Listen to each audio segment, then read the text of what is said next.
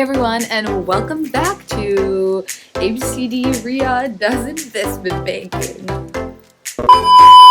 Hey everyone, this is ABCD Rhea, and thanks for watching Disney Channel.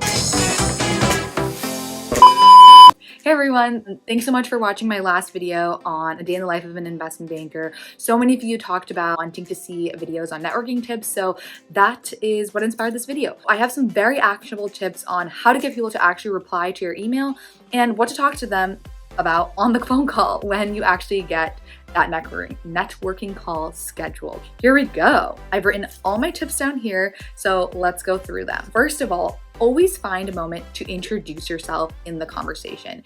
People schedule these calls because they love to talk, and so when they get on the call, they'll just start talking about themselves and rambling and rambling and rambling, and that makes sense because we just love to hear ourselves talk, right? I mean, why do you think I made this YouTube channel?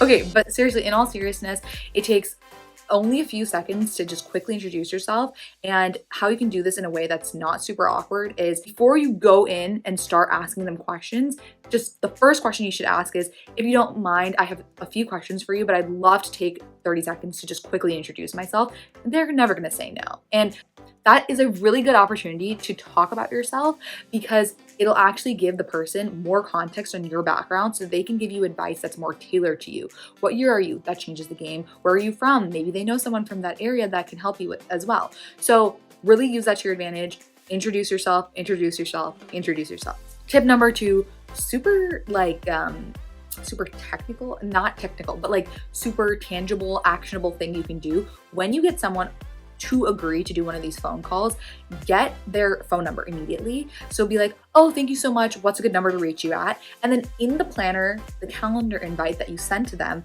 say Rhea to call so-and-so at this number, okay? Include that there. I've seen so many times where people don't do that. And then the moment the call is supposed to happen, nobody knows who's gonna make the call. Nobody has a phone number. And then the call just ends up getting rescheduled and maybe doesn't even end up happening. So if you've already gotten the call, make sure you close that deal by doing just this simple thing. Now get your ass in there and close the goddamn deal. Next tip, number 3, target first years. First years are so crucial to actually getting your foot in the door with the bank. They're the most likely to reply to your emails. The longer someone has stayed at the bank, that means probably they've done so many of these calls, they just are not going to be as likely to reply to your email. First years, still excited, just recently started, maybe haven't done as many of these calls, more likely to reply to your email. So target first years. Same goes, I would say, even with first year associates. I would try that. Of course, you're going to also want to reach out to other people, but this is a good starting ground to even get like a warm introduction to some other people. Okay, another tip for reaching out to people. Literally every email I get is the exact same email. Okay, I don't know who wrote this original template where it's just like, hi, Rhea. I hope you're doing well. My name is so-and-so and I went to so-and-so school and I saw your name on LinkedIn, whatever, blah, blah, blah, and you work at X, Y, and Z bank and I'd love to have a few minutes to chat. Okay, fine. But if you get 50 of those emails, none of them stand out now because they've all literally said the same thing. And so if you only have time to do 1 or 2 of these calls, which one are you gonna pick? Probably none of them because nothing really stood out to you. And so you just stop replying to these emails altogether. So how do you avoid being this person who writes the same generic email as everyone else? You need to think about what is unique and quirky about you that you might actually have in common with the other person. So I want to give you guys some actual tangible examples of this. So obviously a lot of people reach out to alumni that went to their same college, but also do this with your high school. A lot of times your high school might be smaller than your college and people are more interested in talking to people from their hometown. All of these things could differentiate you when it's your entire inbox looks like, you know, school, I don't want to say my school name, alumni interested in X, Y, and Z bank. Like that's literally the subject line of every single email you get from somebody. So instead, even if you put the high school, that just changes it up a little bit. But you can take it one step further. I use that one a lot because I went to a math and science boarding school, which was a pretty unique experience. So if somebody went to that high school, they're much more likely to reply to me because we had that shared unique experience. You can do this with a lot of things. Say you are a chess player. You find out the other person is really into chess because it said it in their interests on their LinkedIn, or you did a Google search of their name and you saw them on rosters for chess competitions. I don't know. This is just an example. You could be like, avid chess player interested in investment banking. How can you not reply to that email? you have to reply to that email.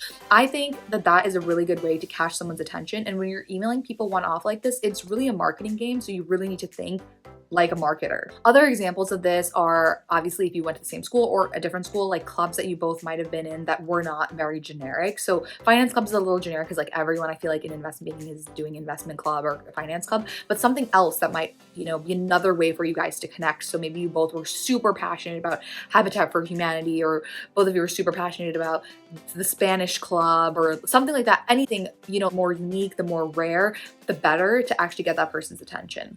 Last tip.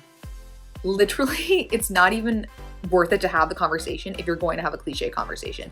I cannot tell you how many conversations I left being like, this was just a waste of time for both of us, because they had their list of those 5 generic questions everyone asks. Oh, like, why were you interested in investment banking? What has your experience been like? What's your recruiting process like? What's the culture like? What's a day in the life like? What are you working on? All of these like super boring cliche questions. Like, that's fine, and maybe you want to know the answer to them, and that's good. But if that person has had so many conversations where literally like, hi, okay, let me introduce myself. Okay, now you introduce yourself. Okay, this is my question, answer, question, answer, question, answer. Like, that is super boring and not memorable, and you want to stick out and be memorable and actually forge a genuine connection with this person so that they will help you. So many times there's positions or like resumes that can be forwarded to someone, or like openings that you have that you can actually, as the analyst, recommend someone. Not like recommend, but you can forward someone's resume, and you're not going to go out of your way to do that for someone if you don't even remember the conversation that you had for them. Have a memorable conversation, okay?